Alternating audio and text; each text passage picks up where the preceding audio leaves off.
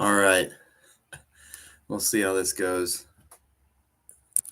So I'm in my wife's office. Don't tell her. See if I can get this over with and finish before she comes home. All right. Did this a little while ago. It was a complete mess. Now I have two screens. Things reversed. So I'm going to try to see if I can get this working. All right. Let's see if I can get the other things showing up. All right. So I want to show window, show the Discord. Share that window entire screen. Screen 1, screen 2. Okay. Share. All right. Hide. I think the video is a little bit slow. If the video is slow or if it's really choppy, let me know. I'll see if I can fix it, or I don't even know how I would fix it. Or if the sound's not working. Okay, but I think I got this set up, so now I can show. So the main point here is to try to go through, and I don't like my little picture. I'm really choppy. Also, I don't know if I can move my little window around. So right now I'm in the bottom left or right. That's fine. We'll go with that. All right. So watching Big D and Bubba. For the point for the two people watching is, and for anybody who watches later on, and for myself watching later on. So body language, so far so good than you, ring choppy. So the sound choppy or the video is choppy, or both is choppy. Being choppy. Okay. Video or sound, or both. Video. Okay. Well, at least the sound's good. Maybe the video will get fixed later, I guess, as this is live. I don't know if that's a thing. But so body language and body language experts, we're kind of dabbling away from the book. Okay, as long as the sound is fine, that's the main thing. And once I play the YouTube video, I'll have to see if you guys can hear that, because that's what we're going to do today. Is we're going to look through some of the interviews that JCB has done since launch, and see if we can pick up any clues on there. Again, some people believe and into the body language and see if you can pick up stuff. Some people think it's all pseudoscience. I don't know. I'm in between. I'm kind of taking a little break today versus traditional clue analysis, and I'm just going to let myself go down this rabbit hole, let my brain free a little bit, and see if I can pick anything up from some of his more recent answers.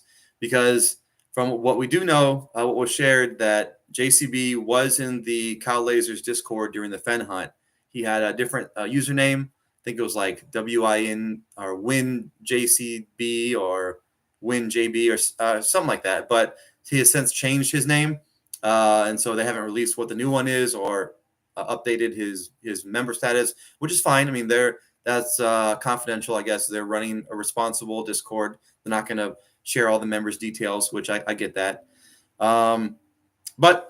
So we're running under the assumption that he is up to date and kind of watching or following along with some of the major clues and guesses, because when asked if people were close, instead of him answering, oh, I don't know, I don't even follow it, he gave an informed response, which was kind of like, a chuckle. And he's been asked this a couple times, and each time his response has changed. So that's the main thing I want to clue in today is his different answers to that same question, and whether it's just coincidence, whether it's just him being, exactly, following along, laughing, because he could have answered, hey, is anybody close? And he could have said, I don't know, or no one's contacted me yet. But he gave a little bit more of an answer, which seemed to indicate that he is following along. Now, whether that's following along in the Discord, I mean, maybe we all have accounts on social media platforms that we haven't checked in a while, so that could be the case.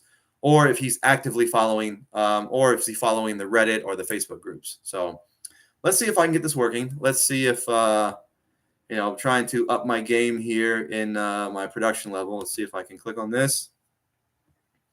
Let's go visit the site. All right.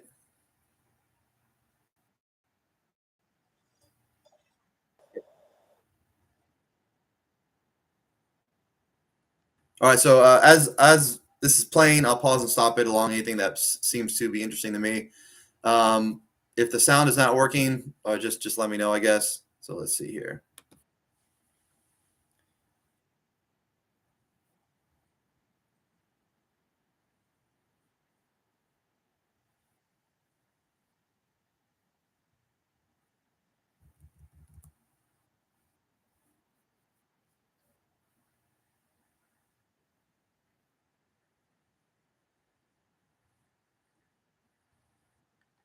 So I want to say how patient. There's no sound, no sound. Okay.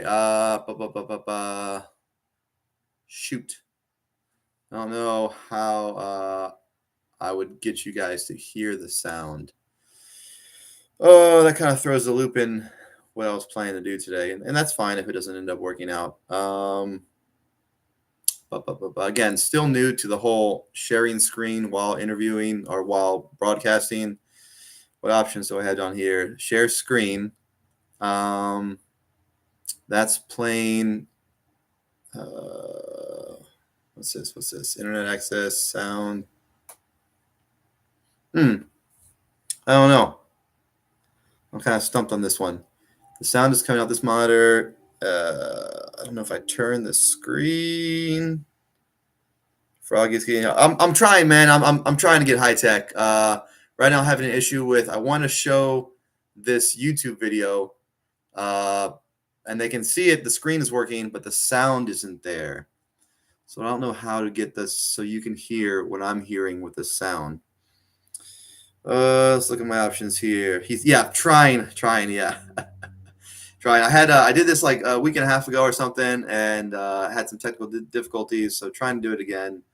Um, let's see what options I got down here. So this is an edit button. What does that do?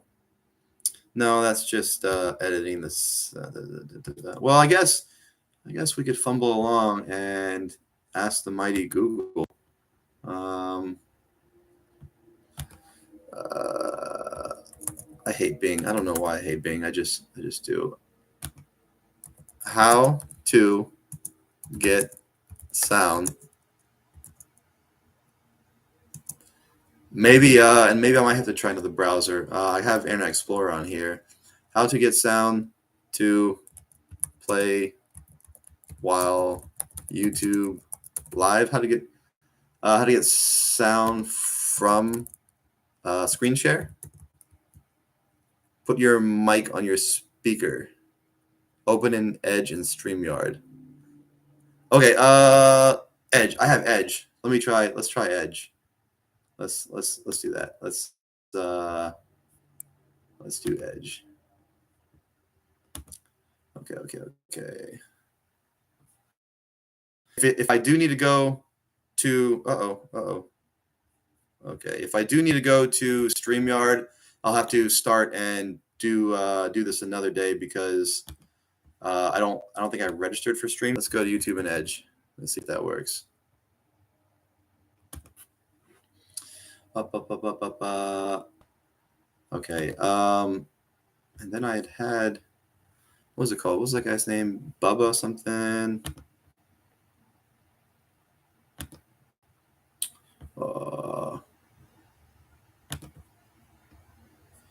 Discord.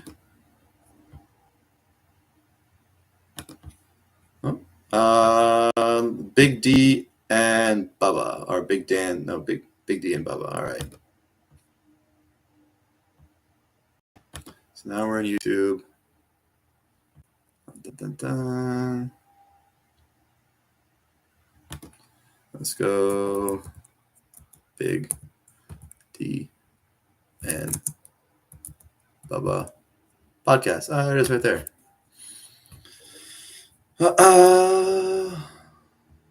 Let's go Big D and Bubba. This one day ago. All right, let's see if the sound works for this one. Providers don't want you to know about this trick that can heat houses practically for free. All right, listen up, folks. This game. Hey, John, how are you, man? Good morning. Let me know if you guys can hear the sound. I'm doing good. How are you doing? Hey, we're good. All right, so I was just telling Bubba about how exciting this is. this book Okay. teaches us Perfect. how to Thank you. get some treasure. Who said Edge? Who said that? Huli. Yeah. Thank you, Huli. Yes, it does. Okay, how do we do that? This is your book. All right, so you have clues in each chapter. How does this work? Okay, so basically, to break it down for you, I spent the better part of the last 5 years hiding 5 treasure boxes in 5 different locations across the country. So there's millions of dollars of treasure in these treasure boxes, and I wrote a book called "There's Treasure Inside" that has all the clues that you need to find any or all of the treasure boxes that I did. How did you do? I mean, because obviously you had to have somebody helping you in going through and vetting the clues and all that kind of stuff, and the hiding places, because you don't want these things to be hidden in a place where people could just stumble upon them. How do you know that that other person is going to keep it quiet and not leak out the secrets? Yeah, so there is no other person. That's part of the reason it took me close to 5 years, because I pretty much had to do every aspect of this project on my own. So when it came to acquiring the object. And so I'll stop right here. I think that's a pretty significant answer. Most of us already knew that. Early on, there was some. Also, my comments, menu markers via topic. Oh, okay. Also, there was some speculation early on of did he have a team, a support team? Him and his wife, him and a relative. He's got a sister. Did someone go out with him? A lot of times it's safer to go hiking with 2 people. Was someone driving? Was he doing all the driving by himself? Again, we haven't figured out if he, flew in, rented a car, or did he drive from his home base in LA with the box personally. I think these roads of thought, these avenues might net a little bit of value in them. I don't really see him checking in these valuable boxes into luggage. So did he fly as a carry-on to the big city, or were they always road trips each and every time? Seth Gould is based on the East Coast, right? Somebody can correct me if I'm wrong. Did he pick up the box from Seth, go from there? Did Seth ship the box? Was there a cross-country deliverance and he has the box in his LA home, and then he drove from LA to each of the 5 spots? Again, these are, I think these questions would, he's on the East Coast, right? Yeah, track his Airbnb, right? Was it all at one time? Did he leave LA with all 5 in his vehicle and then have a route through all 5, dropping each one off? I mean, if it were me, I'd want to keep these treasures in their spots. How do I phrase this? As short a time as possible before the hunt starts, right? Private jet, I mean, those can be tracked. So we got his tail number. It's been done. His account. So I mean, it's. I think that might be an interesting route for another video or another talk to go through. I mean, was he?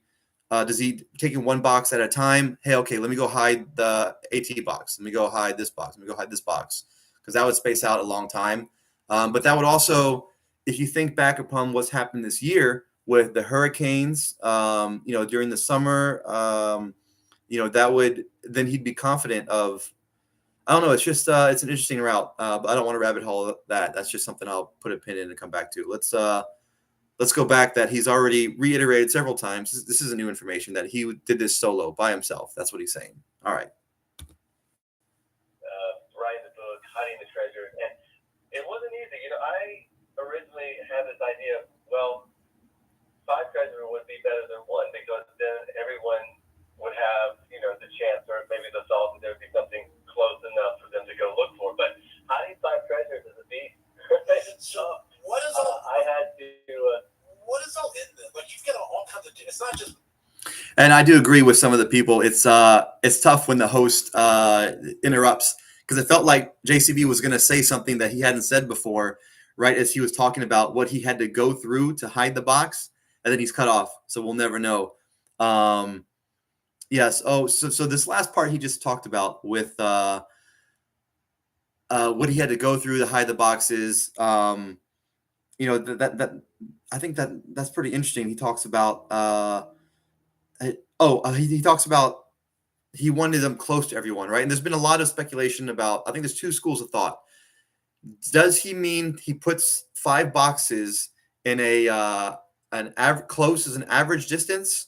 I've been looking a lot into this population thing because 80% of the U.S. population is east of the Mississippi, right? So that's 80%. So if you're splitting the 5 boxes evenly, 80% of 5 is 4, right? Did I get that right? Yeah. So that would be 5 boxes east of the 4 boxes east of the Mississippi, one one on the west, right? But that wouldn't be distance wise. That would just be population wise. So distance wise, if you want to space it out and give everybody a chance, all those flyover states, all those cities with another fact today, LA, the county of LA, it has more people in it than like 20 of the total states. We're talking all these flyover states or states with low population. So that's another interesting thing when we're figuring out where these boxes are is I think, and we can go down both routes. I mean, no one says you can only have one solve or one guess. Maybe it's best to have 2 solves, 2 guesses. One, let's make sure we all play nice in the chat here. All right, let's no doxing. Everybody is welcome to their opinion. But I think that's a good point to make, right? Because when people are putting their solves together, hey, no, it can't be this state because it's too close, or it can't be this state because it's too close. Well, let's keep in mind, 80% of the population is east of the Mississippi, and the Mid-Atlantic, that's got 40% of the population right there. So I don't know. It's just that's just something that I've been putting out. And so there's 2 schools of thought, and I think it's okay to pursue both at the same time. So maybe have your guess with distance wise, right? So that you're giving the farmers in South Dakota an equal chance, that the box is close to them, versus all the people in the big cities on the East Coast. I don't know. It's just a rabbit hole that I talked about briefly and might be worth something. All right, let's go down the rest of the video. Money. No. I mean, there's no like cash. There's gold and precious metals and valuable rare gems, but the what really makes up most of the treasure is about 65 to 70 very unique. Some of them are one-of-a-kind objects that I acquired. I have a lot of historical objects, things that